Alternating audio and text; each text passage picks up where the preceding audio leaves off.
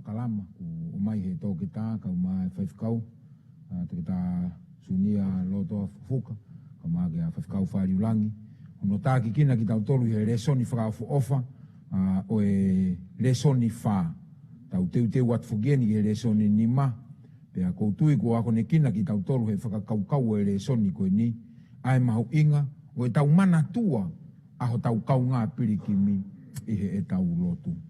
Ka e hoa koe ni, kuia e whiawhia mawahe e te au, ke u whafufunga e ato e taritari lelei, pe mo e taritari loto maafana, ke ngahi lau maari e kotoa peo ku mo kei mui mai, mo whanongoa, a e tau poro kalama malanga o e hoa tani. Ka koe tau wausia mai ene poro kalama malanga hono fitu, i he poro kalama whaka evangelio, koe hala whanonga ho tau mamani. Koe ai he pungbungini, lau koe tāpuaki ke te au ke uwha wato e taritari lelei, mo e taritari loto mawhana, ki he ope. Feitu upe o maama koe ni oku ke mea mai bea me ai, whaka wato e taritari lelei, bea me he whare lotu, seasi ngalutuku i parataisi o kalani, ke a teki motoro oku mea mai ki he tau poro kalama hala whanonga ho tau maama ni, pea mo e poro kalama hono fitu. Fia foke u kau whatahani, pea mo e kau hiwa seloni, poaki hiwa ko teu, ke o mai ake e tau ngahi poaki whakalau maari e o e houani. Koe lotu ia, I hanga he eki o whaitapu ki na koe, pa tene ngā ue aki au, o alasi ho tau loto, pia mui whakakaukau te tau wako ki i he hoa tani. Ki mua ke tau hoko atu, tu e whaafi ke kau hiwa, ke o mai tau hiwa uruaki.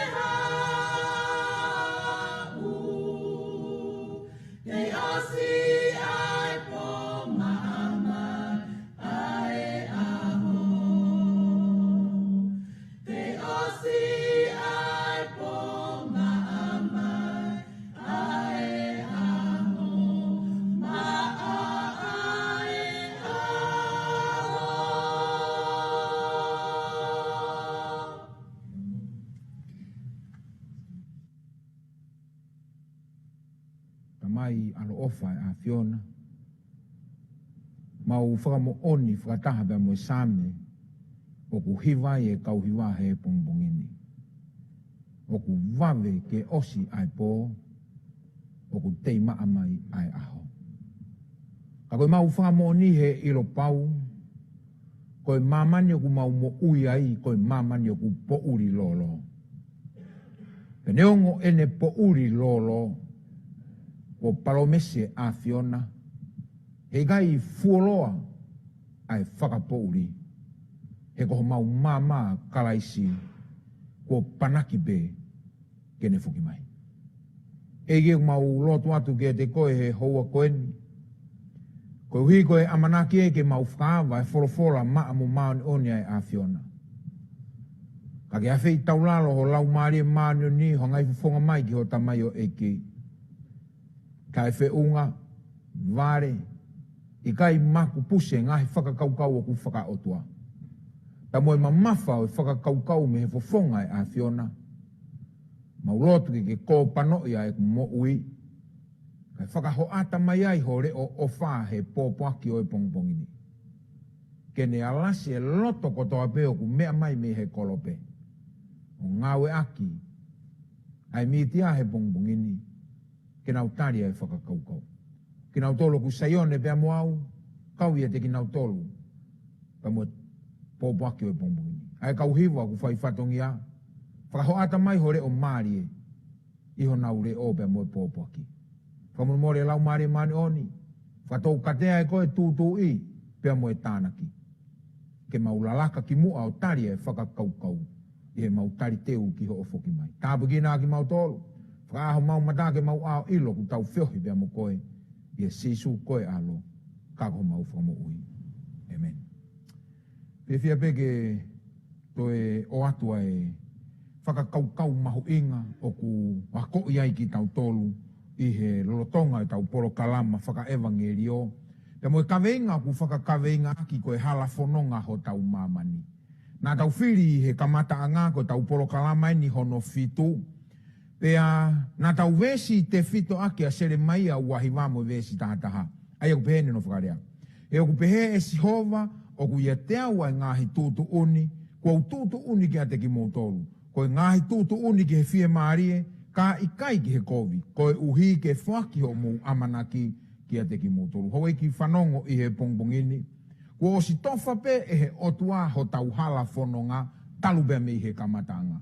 Ua silai ai ngataanga o e whanonga, pe ange koe kaweinga ko tau wako i. Ko ho tau hala whanonga eni, hono omi whakapatonu me he wholofola, talupea me he kamatanga. Popoaki pe koe kaweinga e ahoni, nā ku talanoa kia i hono tuaki atu ane po. Koe whekau, ua ngalo i he whahinga o e tangata. O ku iaia e whekau o ku mahu inga he whakakaukau a e tangata, te kui ei e whekau ia, o kui kai ke fu mau inga. Ka koe talanoa ai wholofola, koe whekau uluaki ki hono hongo fulu, o ku tatau kātoa beia. Ka ke mau i ai taha, e mau kotoa. Ka koe ne taha i whekau, o ku whaka ngalo ia, e haa karistiane. Ki mua ke tau hoko atu ke whakakaukau o e pongbongini. Fia he toi mau e tau kauhiwa, ke o mai tau hiwa anga ua, ka tau toki hoko atu.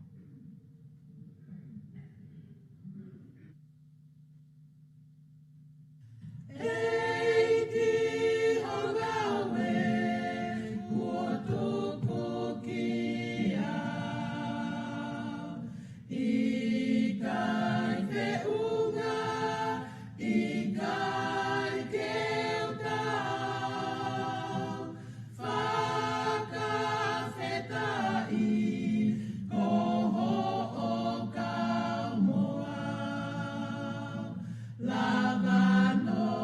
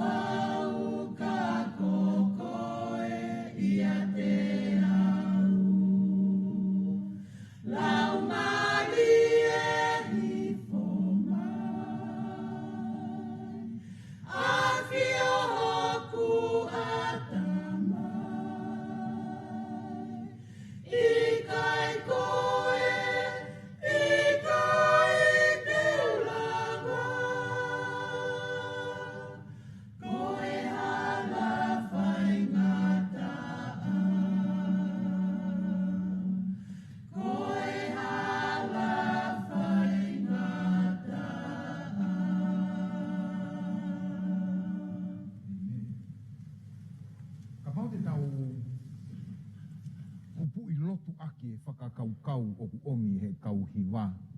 Lau maari e hifo mai, a fio hoku atamai. I kai koe, i kai ke ulawa. He koe hala whanonga o ku whaingataa. Kore ke u whanga te penga hi tala whakatapu kotoa peku o whaoa whaketua me he tunga malangani. Wha ngau atu aki i he ope. Kaya tā mōko e whainga maari e o e pongpongi koe ni. Ke u whakawhotunga atu e whakakaukau.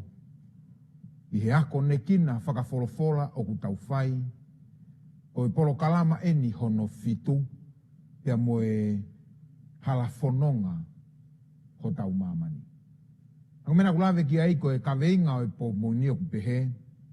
Ko e whekau ko ngalo i he whahinga o e tangata. Peka pauna tau tala noa ane po mahino ke te ki tau tolu. O ku mahu inga ta tau kotoa pe whekau me he whekau uluaki ki he whekau hono hongo fulu. Pena tau sio ke he formula koe o e kore he tangata. Ka pau koe hongo fulu koe whika katoa ia. Pea mau e taha tala mai ku toe hiwa. He sio ia e mata o e tangata. Ka koe wakai koe ai o tuake tau tauhi whekau, koe whekau hao koe hongo fulu.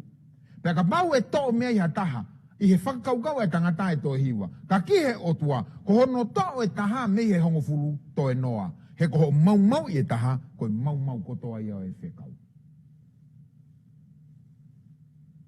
Pea ku mahu inga peherewa, ai ako naki o e boni.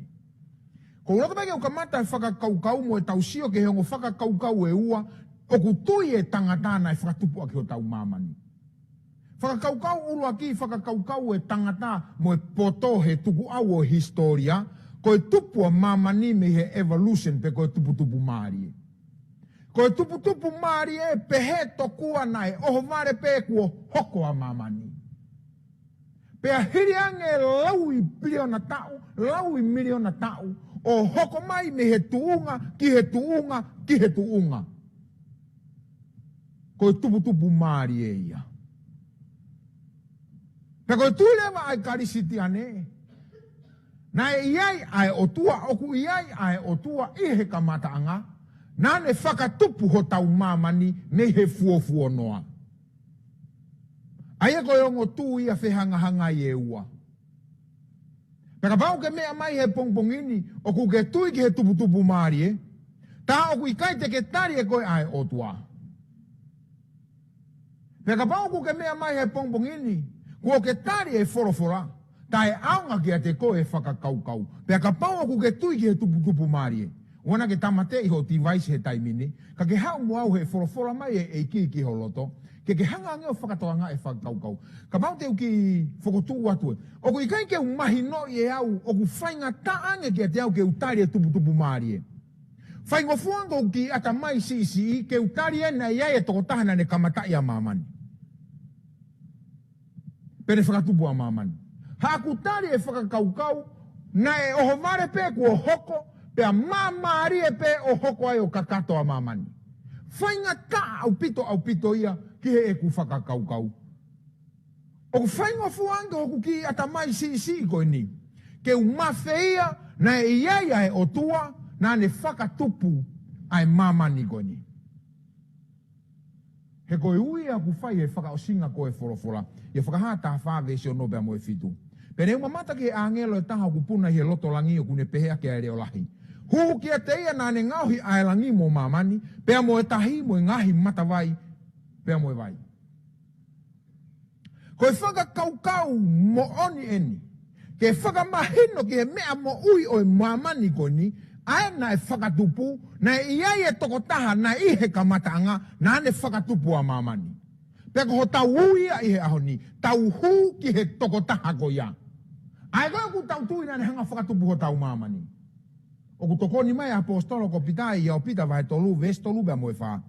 O to mua ilo eni e hawa kau manuki e ngahi aho ki mui o avea i e nau ngahi hori kovia nau tolu o nau behe ko wha a koa e tala ofa ki he ene hau he kua talu ai mohe e ngahi tamai moe pehe ai pe ai mea kotoa pe o hange pe i hono uwaki whakatupu sai ko yongo whakakaukau eni e ua kose o mai behe forofora tala mai he forofora hu kia te ia, nane whakatupu ho tau mamani.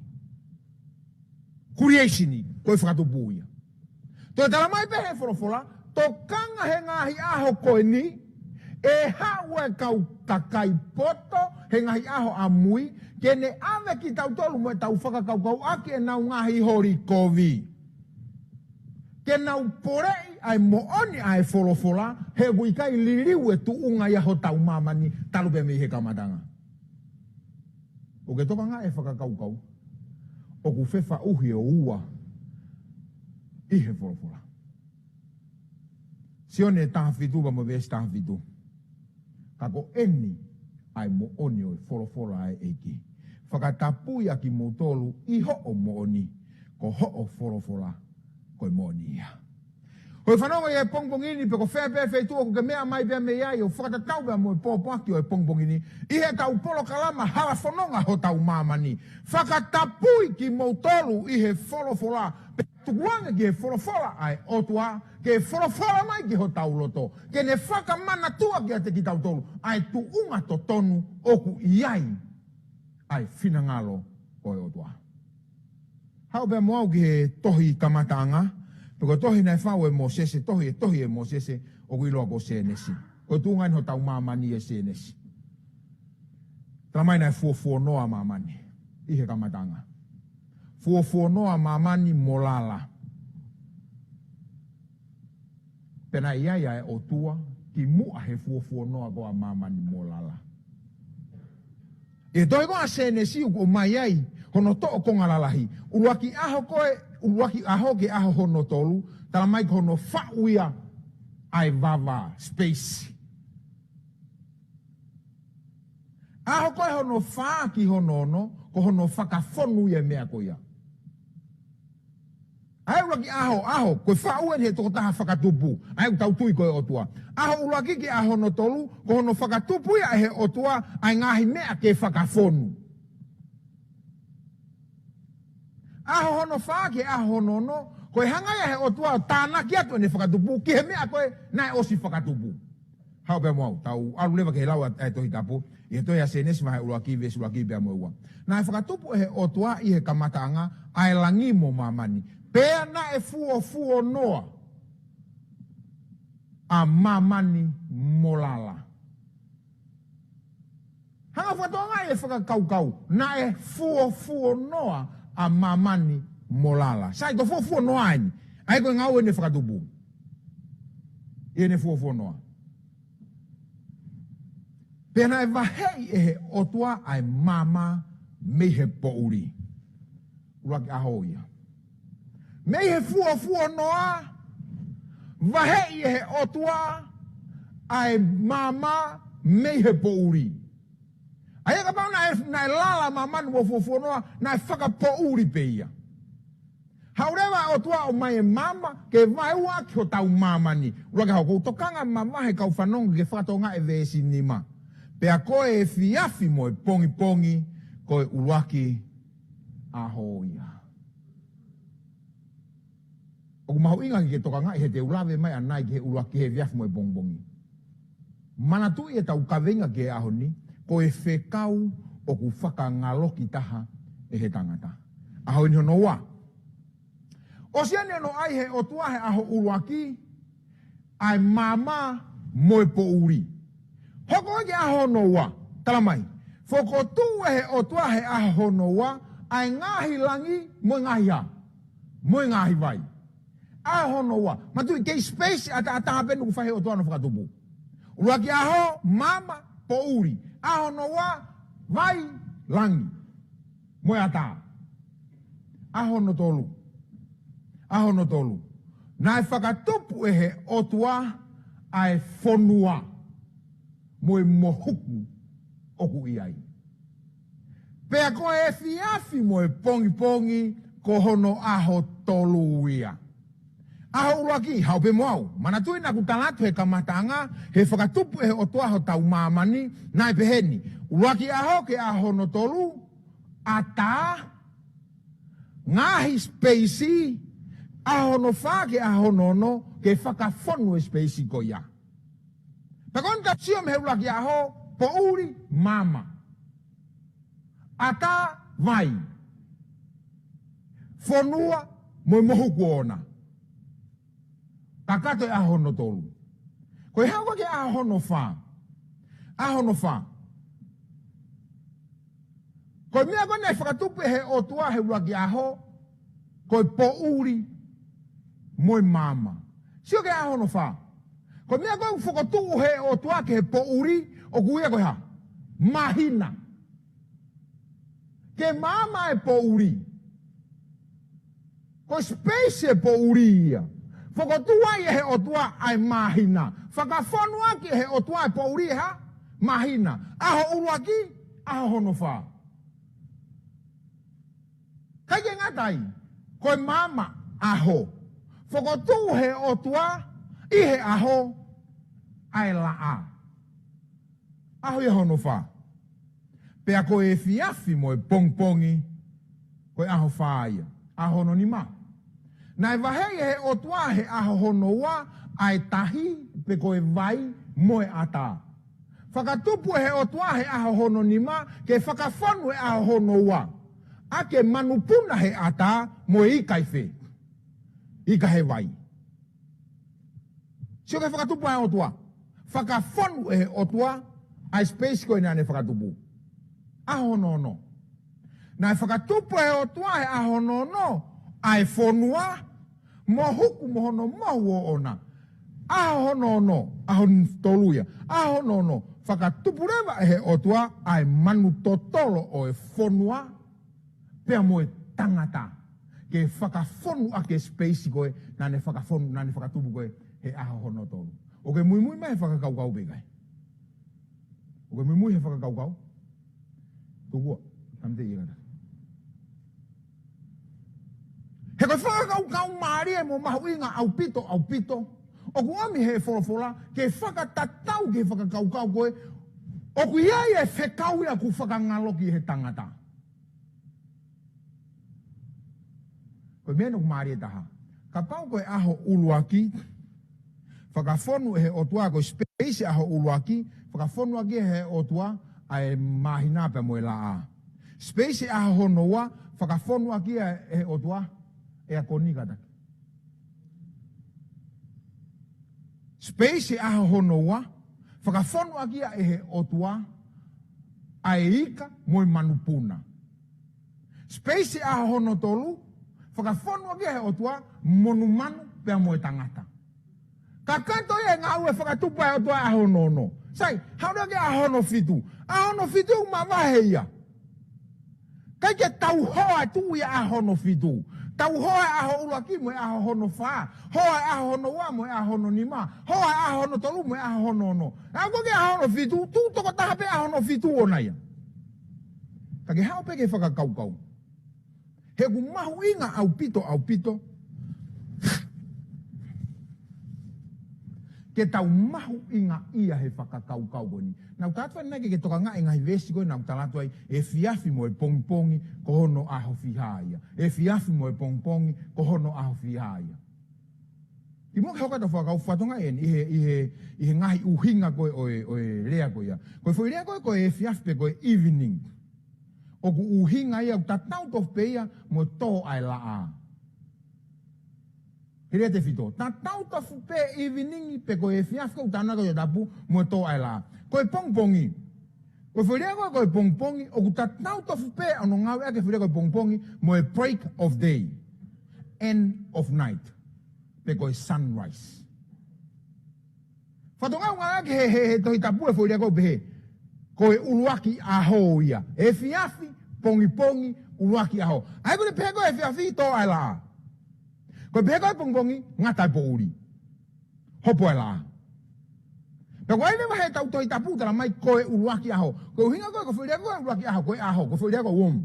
O kuhinga ke he fwoi houa e uafa. Houa e uafa. E toki mahino le re eni he hoka tuko e tau ako. Ke whaka mahino ke teki tau tolu, o mau pe o tuaia pe mo ne whakatupu koe ho tau mamani. Ke hala whanonga koe o e tangata. Se nesi wahe ua, vesi ua ke wha. Mui pe. Pe hono fitu o e aho ko whaka osi e o tua a ene ngāue, aia nāne whai. Pe nai tutuku ia i hono fitu o e aho, me ene ngāue ko toa pe, aia nāne whai. Pena e tāpua ki e o tua aho no fitu o e aho, mo ne tāpua ki ia. Ko e uhi, ko ia ia na ane tutuku ai mi he ene ngau e kotoa pe.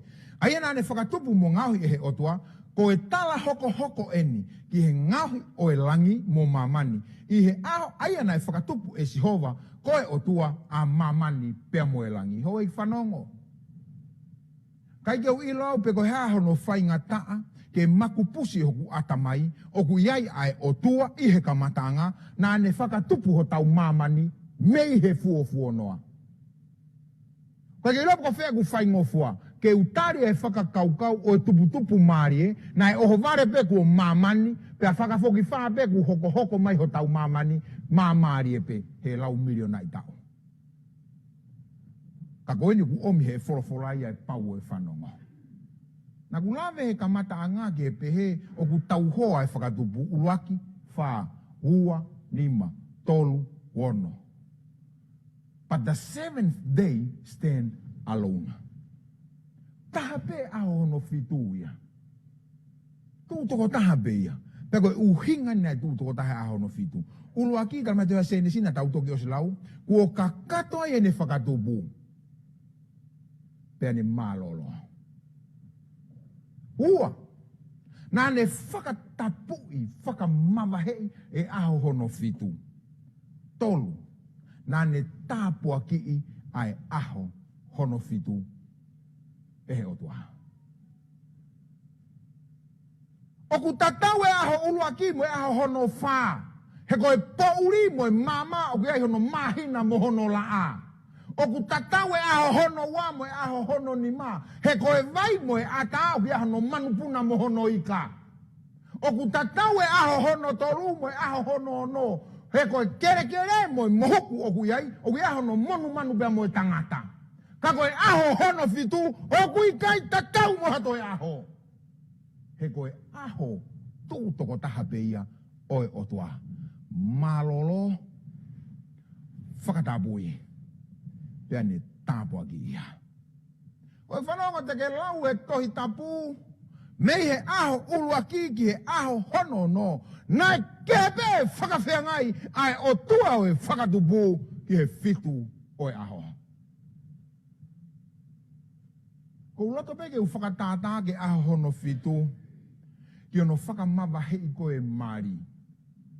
Koe aho koe whakamau e kovina nite o e huse pāniti mo e uaifi, ko hono whakapapau ia he i kai teke toe tatau koe mohataha. Koho mari maaupe, koho sino maho huse pāniti pe. Koe aho hono fitu, he whakatupu, hei kai toi tatau ia mohaho. Hei kai ke a tau e aho hono fitu mo e aho uluaki. Hei kai tatau e aho hono fitu mo e aho hono no. Koe aho hono fitu, i he wholofola, na e tuu toko tahape. Pea koe aho ia oe otua malolo whakatapui, pea tāpua ki. Matala mea hoko vai tā fitu, ka mo vesi hono ua fitu, ulafu matala mea hoko. Ko ia foki, ofa ke tāpuaki ai whare oho o tamai o eki. Ko uhi ke iho o kiho ao, ia mauai pe. He oku ke whai hono tāpuaki e koe, e Sihova, pea e monu ia o taingata. Oku whakama mafa mai e whorofora he taimi oku tāpuaki ai o toa. Pako tāpuaki ai o toa, he kai toa hiki. Peko ia kune tāpua ki, o kune whakamawa hei. Se nesi wahe ua vesi ula ki he tolu. Aho hono fitu, peko e sāpate. Whoirea ua unga ke toi tapu. Kala, mo sapat. Koe whoirea tatau beia, o ku ngawe aki, he whekau koe hongo fulu. Manatu ke sāpate, ke tauhi ke mā oni. Tatau peia mo senesi wahe ua vesi uluaki ki he tolu. Ai sapate koe i he kamatanga. Kapate ke haupe mo ke teha eksotosi wahe ua noa vesi walu ke data. Manatu ke aho sapate ke tauhia ke maunioni. Koe sapate koe ia, koe kala mo sapat tatau peia o ku liliu meiai ai sapate koe na. Kako sene ko eksotosi e nia. Taimini ko si ko whanau a Israelia ko whanau whiri ai o tua. Ka ko tala whekau ai o tua he kamata anga. Ia senesia whakatupu. Ko e kala sabat ko he whakatupu. Ta taupe mo e manatu ke kala sabat ko e o aho. O Exotosi. Ikai toi kehe. He utu toko taha pe aho hono fitu ia.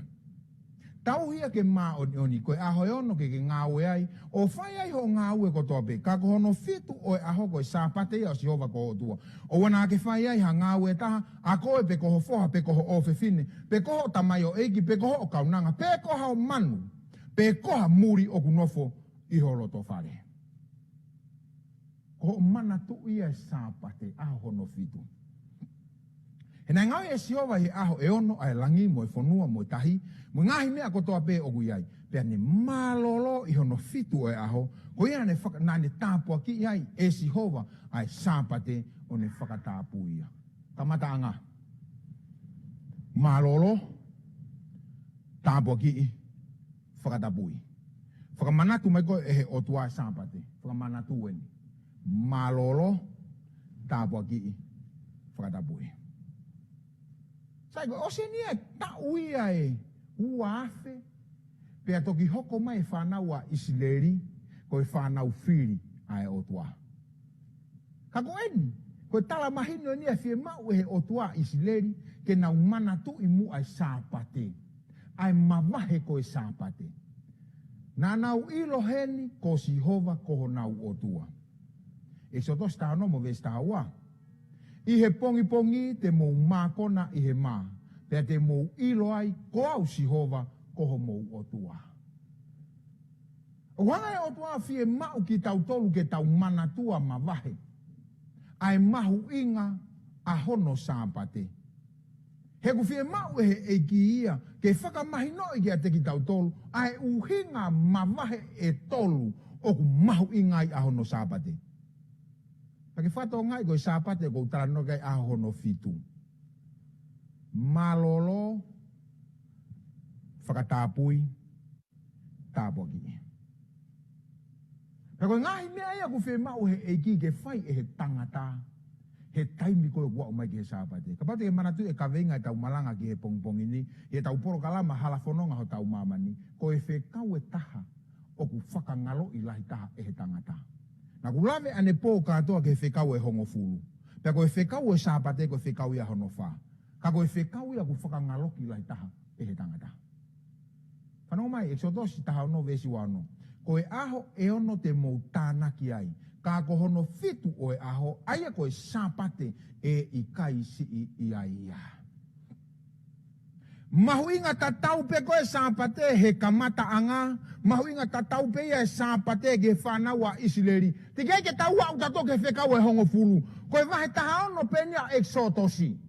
Te ke tau au to ke wahe uanoa Exotosi. Nai awea he o tua Mosese ke mo unga sainai. O ne toki hiki ai e whekau e hongo fulu. O ku fie mau he o tua he tau tangata mo tau tangata mo tau tangata. Ke mahu inga tatau pe a hono sāpate. He nai tu toko taha pe ia. Whanongo mai. Vesi wano. E toku pe Sihova ke whanau a Isileri. E tuku a wheho mou ta e fie tauhi e ku ngahi whekau. Mo e ku ngahi whono. Ko ia, nai malolo ai, ai kakai i hono fitu o aho. Ko eni ai whekau o ku fie mau pi viri mai e otua ke ua nā tau whakangaloki. He oku mahu inga tatau pe whekau uluaki. O au ki whekau hongo furu. Exodos tanga ono pa mwesi ono ni maha. Pea ka hoko mai hono ono o e aho. Te nau teu aia te nau hau moki nau tolu. Pea e riu ngau aia i he mea oku nau tufi i he ngahi aho ke he. Pea nā nau hiri whaki ki he apongi pongi. O hange ko e whekau a Mosese. Pea na e ikai namu waa. Pea na e ikai ha uanga iai. Ko e mahu ingai ne aho hono fitu. O whatawang te hoi whanongo me whetu o ke mea mai me ai. Te ke whakamahu i ngai, pea ke hanga toka ngai e whakakaukau o kou whakamamawhai. Aho hono fitu, aho hono fitu, aho hono fitu. O kou whakamamawha ke mahino o ku tuu toko taha pe aho hono fitu ia. Malolo tāpua ki i.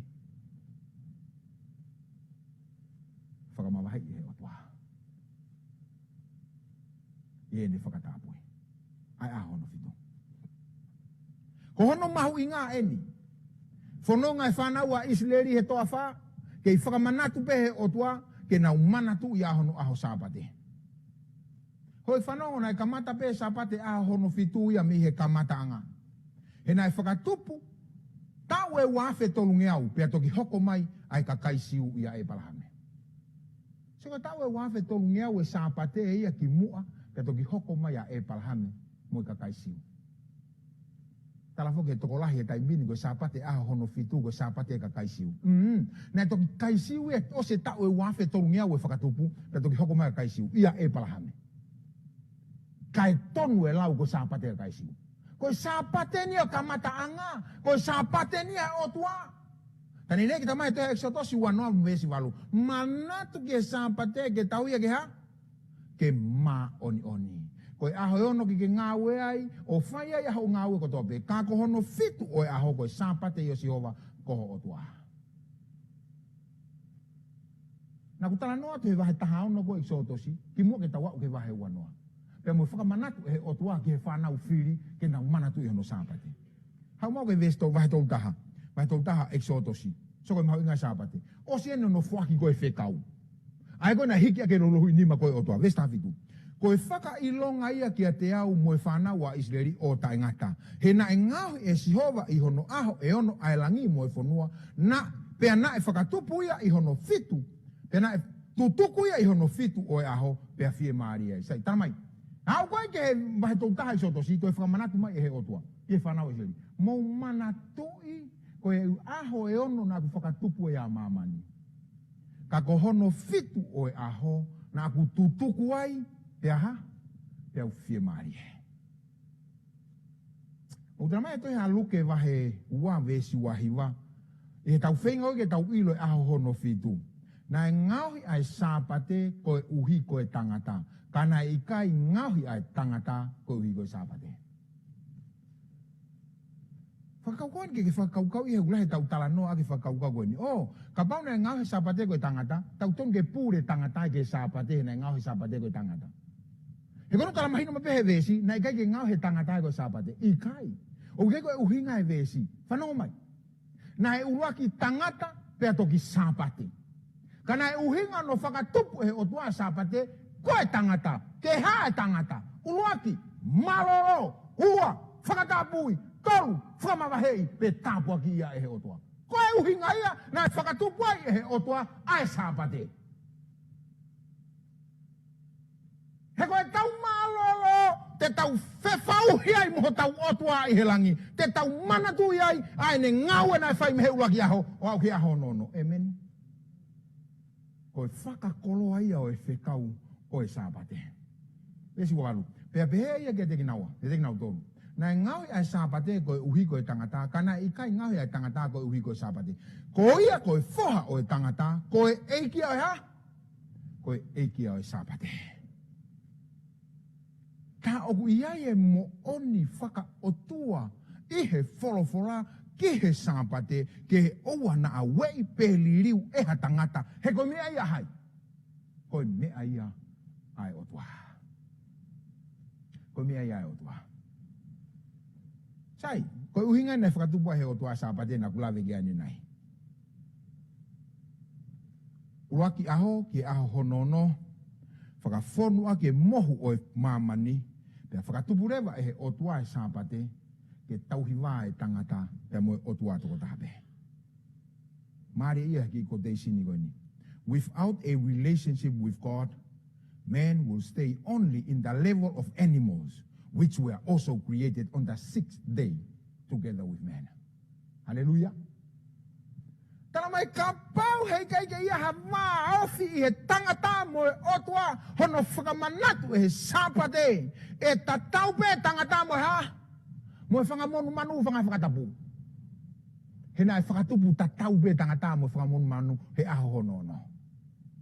kana e whakatupu e sāpate ke mamahe e tangata ia ki he re volo o e tauhi wā pia moe atua. Haleluia. Whanau mai, isikeri, ko tau mahu i ngā eni. Mawhana hoku loto family he pongpongini. Me whetu aku ke mea mai ai. He o kou mahu i ngā au ki he otua. Isikeri wanoa vesta haua. Pea nā aku whaki a teki nau tolu a hoku ngahi aho tapu. Ko e whaka ilonga ki a teki nau tolu moau. Ke nau ilo koau ko Sihova. Oku whaka mā oni i aki nau tolu. Ko tue ka ke toi kehe e tau uongo. O ku kehe pe e tau uongo e tau tori aho sāpate mua toi aho lotonga uike. Kehe pe ia. Ko ewe aho sāpate o ku kehe pe e tau whahinga ongo a tau tori o ku mao he aho sāpate. O whaatala noa lahi peo whika au pe moau. Aho sāpate. Te ulava pe au ia he lotonga uike o mo he pe au ia he aho sante i toki aho ke pe he taha ua. Ko ewe aho sāpate ku kehe pe ku ongo ka aho sāpate. Ko yang mo ke ko te aho sāpate he ko si mahino ki oku konseni si oku ia. Ko e aho sāpate ko oku aho ia oku mohoku eigi.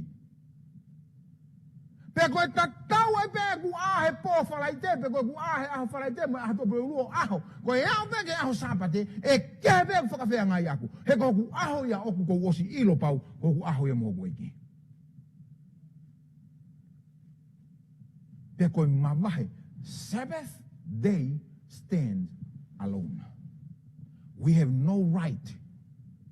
Hagea tau to tono e taha. Ke tau liliu e tau tolu e mea e otua. Sāpate, koe whaka ilonga ko sisu koe eikia e tau moui. Isaia nima walu, me stātolu mo tafa. Ka pau te ke ta ofi hova e iho aho tapu, ihe aho tapu, pea oa nā whai ki ho loto iho ku aho mā oni. Pea ke uia e aho tapu koe whakawhiawhia. Koe aho mā oni o Sihova, koe ongongo lelei. Pea whaka apa ki ai. O ta e whai ki ho ngahi hala. O ta e whai ki ho loto. Pea ta e rea aki a ngahi lea a au. Pea te ke toki whia koe ia Sihova. Pea te ungauhi koe ke heka i ngahi potu mā o lunga o mamani. Yawe, whakawhetai ke eiki. He ko eni e palomesi tala ofa. E ave ki tau tau e eiki. Ke tau heka he ngahi potu maolunga o mamani. Hoi whanongo, ka pau ke whei he potu maolunga o mamani. Tau he sāpate. He meni. Hai e viveka. He ko e tala ofa. O ku tala mai he tala ofa. Ka pau ku ke whei heka he ngahi potu maolunga o mamani. Manatu ki heni. O e whaike anga hono to he aho sāpate. O e tuku ake homa e ke whai te riha he aho sāpate.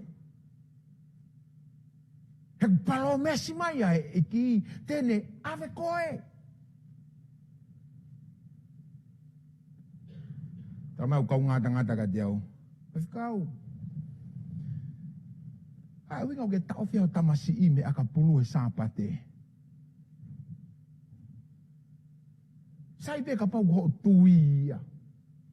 Pe ka pau ke fai go sio mai kakai, kovia. Ka pau ke whanau mai ke atiau he ahoni. O kou kafi, he kou una lato, ke ave Sihova haku foha, ke heka he ngahi potu maalunga o mamani.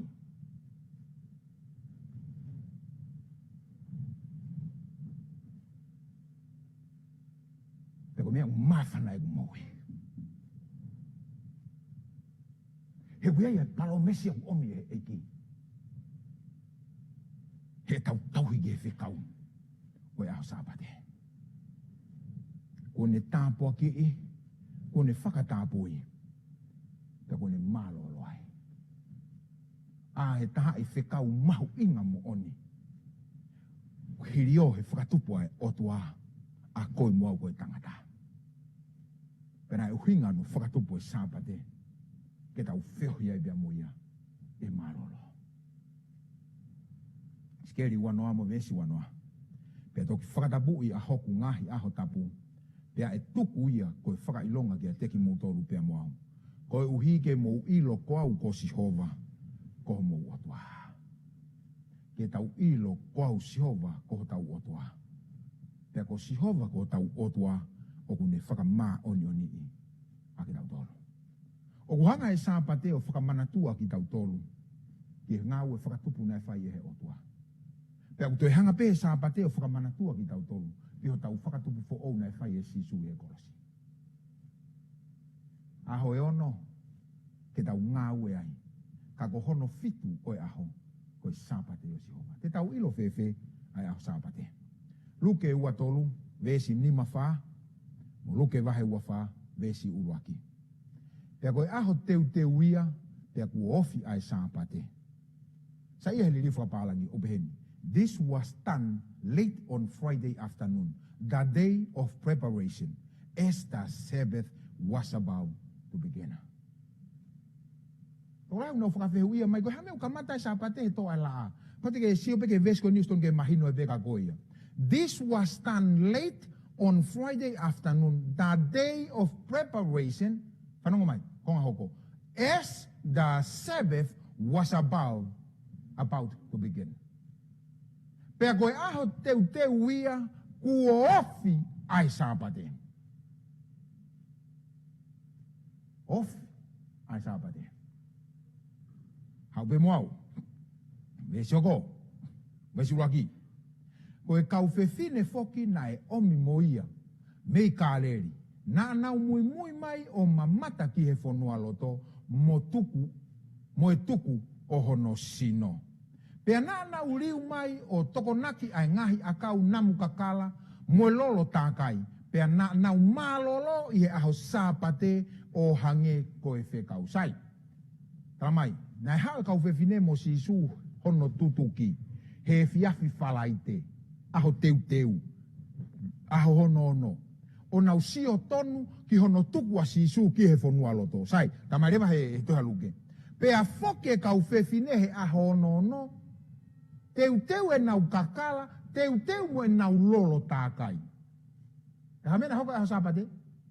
Na nau mālolo, i aho sāpate o hange koe whekau.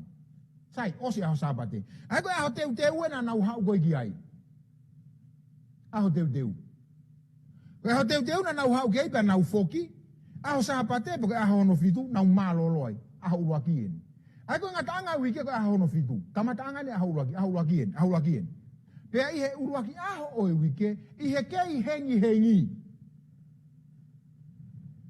Na nau omi moeni ihi kehe ki he whanua loto, o omi ai ngahi akau nam kakala kua nau teu. O te me mahino whakatātā kona ko o atu koe he lā he taimini, o atu koe he screen he taimini, ka mūtoru koe mea mai he ope. Aho whalaite koe aho teu ia, aho tokonaki koe aho sāpate ia, koe aho uruaki koe aho sante ia. O kake whakahingoa mai he tohi tapu ia, a hingoa o e aho, he tohi ko aluke, he taramai aho tokonaki, taramai be aho sāpate. O kake taramai he tohi tapu ia, he tohi aluke, koe uruaki aho koe aho sante, taramai be uruaki aho. Kau taramai re whakapālangi ia, ai aho whalaite, kong tau ilo ai. Taramai ia, aho whalaite koe aho teu. Ai ka pau koe whalaite koe aho teu, koe aho iho nono, ta koe aho hoko koe whalaite koe aho aia. Aho tokonaki, Saturday, ai ka koe aho Saturday koe aho no fitu ia. Pa koe kamata anga wike, ose aho Saturday koe aho aia. Koe aho uruaki ia. Mahino au pito pe, hono o maia koe ke tau ilo e lau aho. Sai koe whehu ire vaini. Oku kovina ia ke tau sāpate tau tolu he whakamanatu ene toi tuu.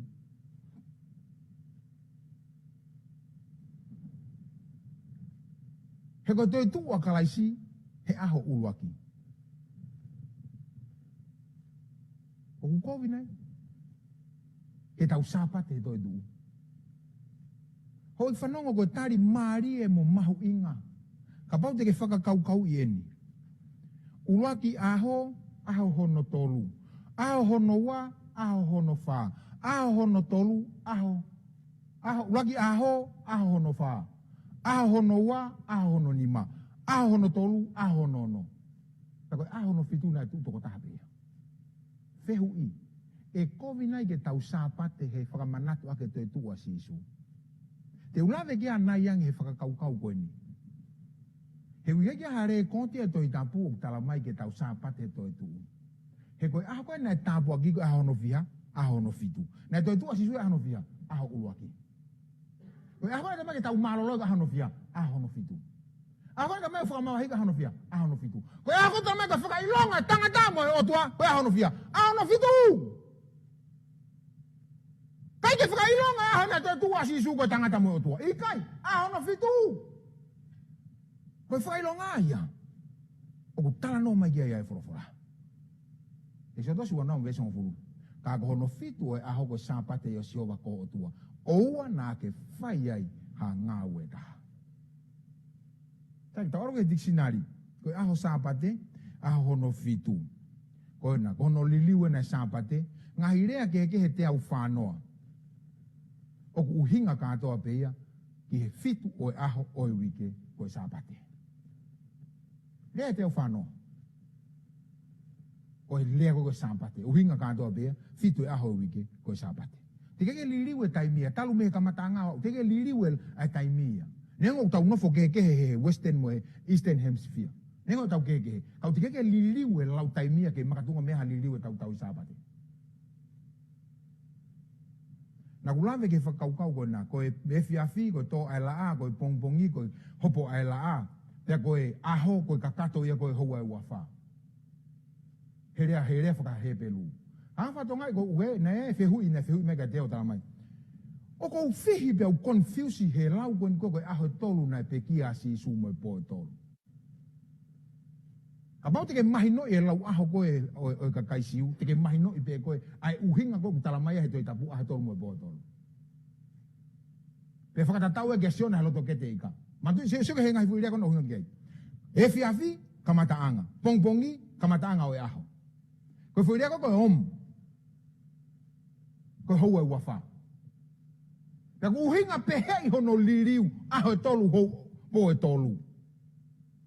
He koe lau aho ia ka kaisiu. Kamata me he fiafi, ki he fiafi. Pea ka pau e kamata pe he pongpongi e, ai fui tara noa he pongpongi, o si kamata e lau aho ia me he fiafi. Neongo koe konga aho, ka koe kamata e aho ia na kamata me to ai la a. Ke kakata fo ia hoko ia, na kamata me fiafi taha. Na tutuki a si suia, he fiafi falaite. Ka ku kamata lau e aho falaite ia, me ane fe. E fiafi to pure lulu. Ko kakata hau e wafa. E fiafi to pure lulu, e fiafi falaite. Kai kakato. Mare e whakakaukau. Ke mahino e mamahe o e wholofola mo ui koe ai ege. O e fiafi le vai. Le vitiko o watolu, vesi tolua. E ia teki mou tolu ia koe sāpate o e malolo. Pea te mou whama mai o mou lau marie, mei he fiafi o au ki he fiafi ke mou tauhia i ho mou sāpate. Mahino e. Whetei mi tatahe sāpate? He fiafi ki he fiafi. Koe koe tu apo ki he tu apo. O se ne tau iloi koe aho sāpate koe aho hono fitu. Aho hono fitu. Kai ke tala mai he toi tapuia ke tau he sāpate. So koe lirifu palangien. Lirifu palangien. This will be a Sabbath day of complete rest for you, and on that day you must deny yourself. This day of rest will begin at sundown.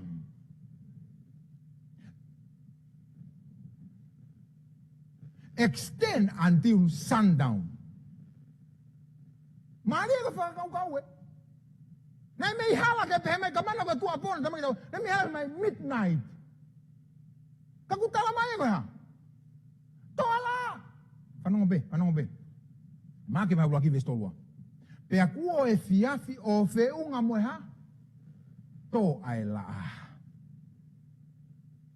At evening when the sun had set.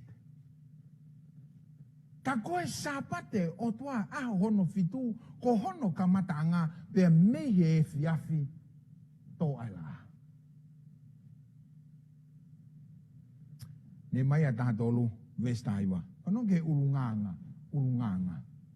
Pea ie whaka au ke po uri, ai ngahi matapa o Jerusalema, i he te eki ai hoko ai aho sāpate, au te ke to e laa. Whaka au ke to e laa, pene mai. Na ku whekau ke tāpuni ngahi matapa, pea u whekau ke oua na to'o a kai oua ke hiri aho tapu.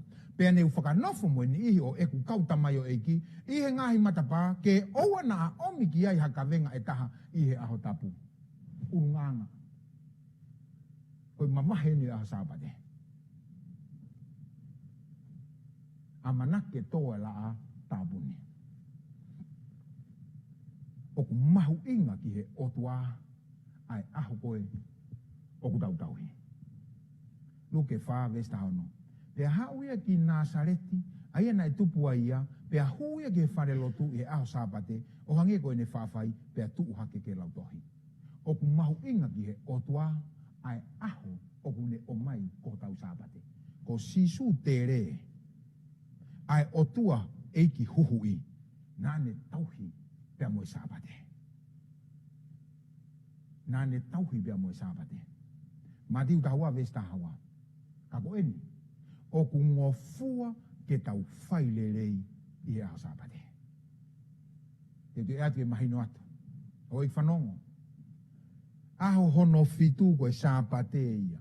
Ka mata me tō ai laa ke tō ai laa. Kako eni, tauhia ke mā oni oni. Ka oku ngofua ke tau whailerei. Whailerei! Kapau te ke whiu mai, whiwhikau kai whailerei? Whailerei eni. Kapau te ke lere te tuku ai lotu o paha ki mea lere ha taha he hala, o ke tu o whetonga whui vai. Koe whailerei ia! O ikai ke whakaure peo lere bebe, awe whakaofa. He kai ke uhopa koe sāpate, na umau e sāpate. Oku ngofua ke whailerei. Pea koe sāpate koe aho whailerei. Aho whailerei ke eke. Ngau e vai taha fitu. Vesiwa, Paulaini. Pena alua Paula ke teki nau tolu o hange ko ene whawhai. Pena malanga aki ai ngahi tohi ke teki nau tolu ihe aho sāpate e tolu. Tau e Paula mo siase fuakawa fōu ai aho sāpate. Ngau e taha fitu vesiwa ki mua. Pea ko nau alui Fipori mo Apolonia. Pea na na wau ki te Salanaika. Pea na e iai ai whare lotu o e kakai siu. Pea nai alu a Paula kia teki nau tolu o hange ko ene whaafai. Pea ne malanga aki a ngahi tohi kia teki nau tolu i he aho sāpate. Tara mai ko Paula. Pea mo siasi o e kakai siu he kamata anga e lotu whakaristiane. Nā nau tauhi ai sāpate. Ngau e taha tolu vesta wha. Pea kuona i Peaka. Pea na au ki Antioke. I Pistia. Pea hu ki he whare lotu i he aho sāpate o Nofo. Au taha tolu vesi wafitu. He koki nau tolu aku nofo i Jerusalema, mo nau kaupure, ko e mea i he nau tae iloia, mo e leo o e kaupalofita, oku lau i he aho sāpate kotoa be. Sio tako e sāpate, na keke ngata pe he kahe whakatupu, na keke ngata pe he whanawa Isleri, na keke ngata pe he asisu, o sene pe ki asisu, hoko maieni ke uraksiasi, kia Paula mo ngau e kau apostolo. Na nau tauhi mo nau tolu, ai sāpate aho hono fitu o e otua. Ngau e tahano vesta tolu. Pea na nau alu i he aho sāpate, ki he tua ākolo, ki he vee vai tafe, ko e potu na whaafai ai ai lotu, pea na maurea ki he kau whewhine, na e whe alua ki ai. Oku mahu inga au pito kau whanongo. Ke tau iloi ai aho o e otua, ua o mai ke tau tauhi. He koe tau mau e whekau e taha, koe tau mau e whekau e tiha. Ai whekau kātoa. Whehui. Oku wheunga i he whakakaukau koe tohi tapu. Oku wheunga mo e whakataha anga sāpate, aho hono fitu e waluwha i he whakawa whoou. Oku tu o taha pe, ai whakataha he aho Sunday, pe koe aho uruaki i he whakawa whoou. Tuo taha pe. Ka pau koe sāpate e whakawa whoou e aho uruaki pe Sunday, to tonu ke tu o lahi ange tau whakatahai. Ka he whakawa whoou, asi tu o waluwha e whakataha e aho hono fitu, ki he lotu, tu o taha pe whakataha he aho uruaki ki he lotu. Oku asia i he tohea ngau e wahe wanoa ves fitu. Pea i he uruaki aho o e wike, nai kātoa ia ka wakonga ke tofi maa. Pea malanga a Paula ke teki nau tolu. Kuo amanaki aluia i he apongi, pea malanga ia o wau ki he tuapo maarie. Koe re koti pea uruaki aho e wike, nai whai ai ai lotu whakataha i he whakawa whoou. Hau moke te hea Isaia o nono, vesi wawa, moe watonu. O ku behe si hova. O hange ko e tu umau I hoku ao ai ngahi langi fo ou, mo e mama fo ou. Aia te ungauhi e pehe ai tu umau aho o mou hako, mo o mou hingoa. Pea ku behe si hova, e hau ai kakai kotoa pe ke lotu I hoku ao, mehe mahina fo ou e taha, o au ke mahina fo ou e taha. Pea mehe aho tapu e taha, o au ke aho tapu e taha. Hoi whanongo o I kai li riu ai sāpate iao e eke. More ke mao. Taha ngai kawe ngai malanga koe ni e tau polo kalama. O whakarere he taimini te ulawe a whika waki pia moe li riu koe sāpate, pia mihi aho hono fitu ke aho uluaki. A koe polo kalama koe aho ni o kui kai li riu. Mati wahi ni maa vesta fitu ke tahiwa. O wana mo mahalo ko uha uke whakata au ngai e whono, te moe kauparo fita. Na ikai te uha uke whakata au ngai, ka ke whakamoni. He o koutala moni atu kia teki motolu, e to mua more ai langi moe whonua, ka ikai more haki hi konga sii me he whono moe whakamoni kotoa behe. He pelu vai tātou lupa mwesi malu ko si su kalaisi o kuta tau he ane afi ahoni pe pehe e bio tangata.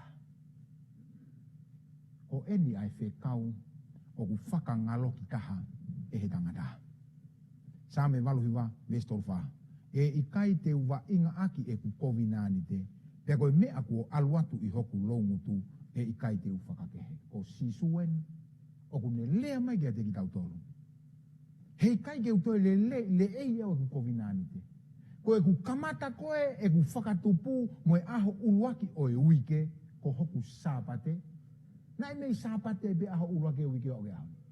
Kana e kamata e whakatupu ia ko e aho hono fitu na ne malolo whakatapu I pia tāpua ki. Ko e sāpate a siova mei he fiafi ki he fiafi. Ko e kovinani te ai o toa mo e tangata. Hei kai beto li riuia.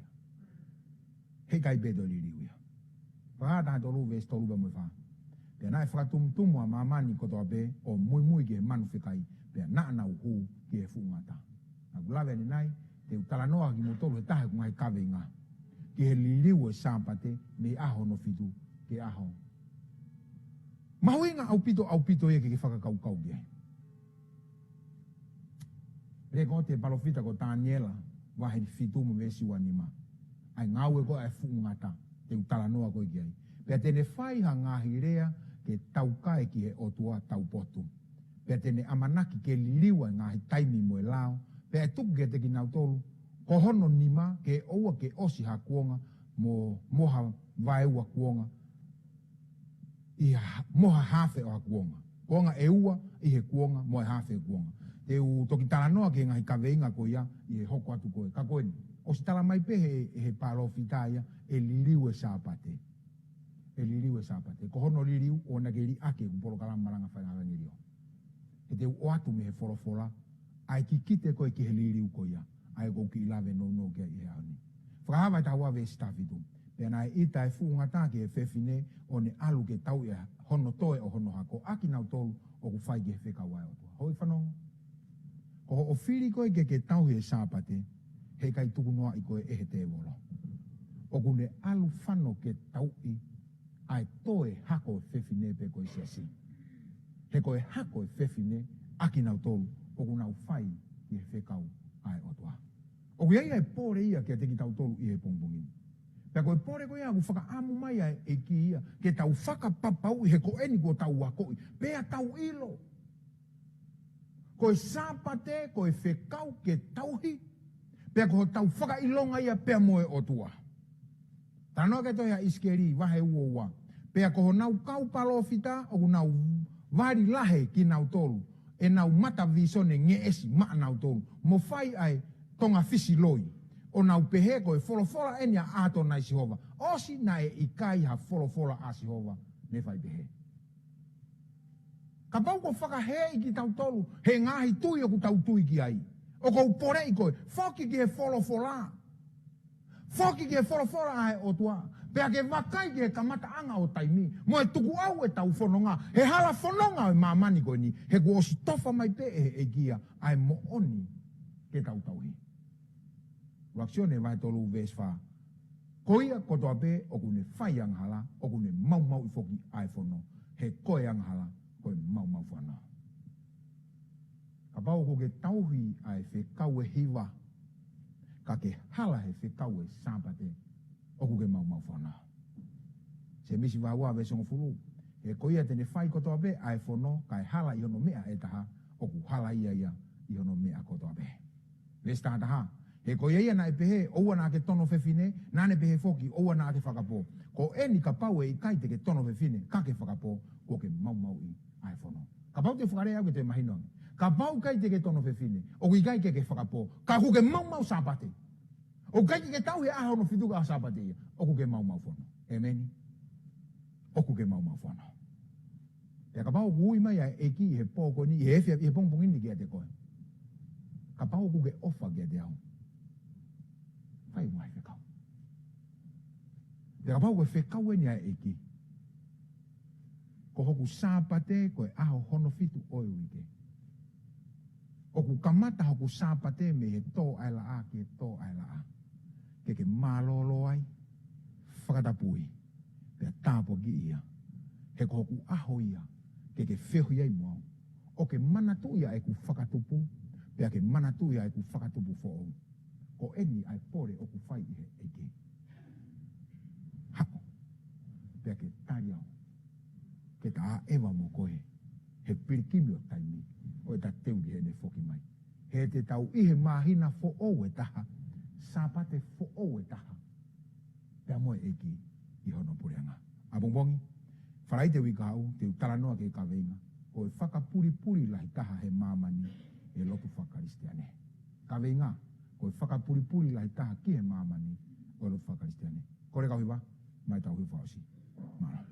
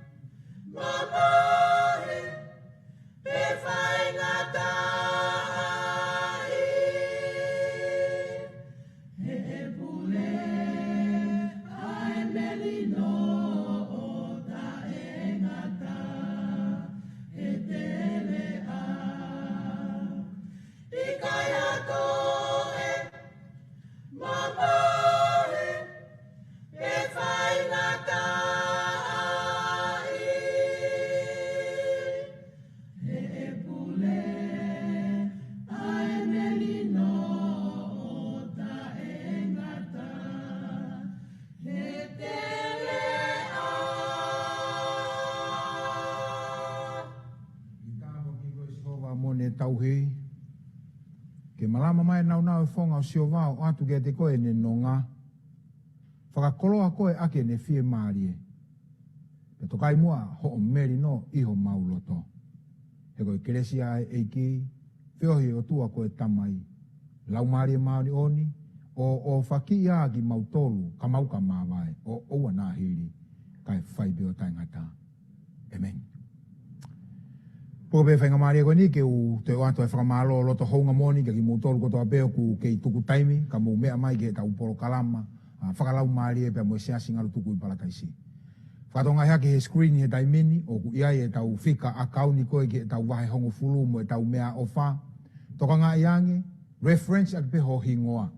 Ko taimi koe uke whaki ai ho wahe hongo fulu mo o mea ofa. Pe ke text me ke tau i paanga, o wahe mai whakaiki eki a ho o whaki. Ke ne receipt ia o whakatatau pe mo e whaki ko ia. Whamalo lahi atu ki mautolu, whamalo fo ki he kauhiwa, whamalo ki mautolu ku mou iheni, tau kau whakataha, i he poro kalama, wahe whakalau maari o e ahoni. Whatawang benga e kio whaitapu kina ki mautolu, pe koe ku lotu ia, pe koe hui koe honga ka ki mautolu ho o mou, kei no fo i mai tau poro kalama, kai ke tau maa vai rewa. Ko teu lahi e kauhiwa, ke o mai haki fo hiwa whakamalo ka ki mautolu, ho o mou mea mai. Malo au pito, kakahiri pe hiwa, koe kakato ia tau whaifatongia ke ahoni. Mou mea malo.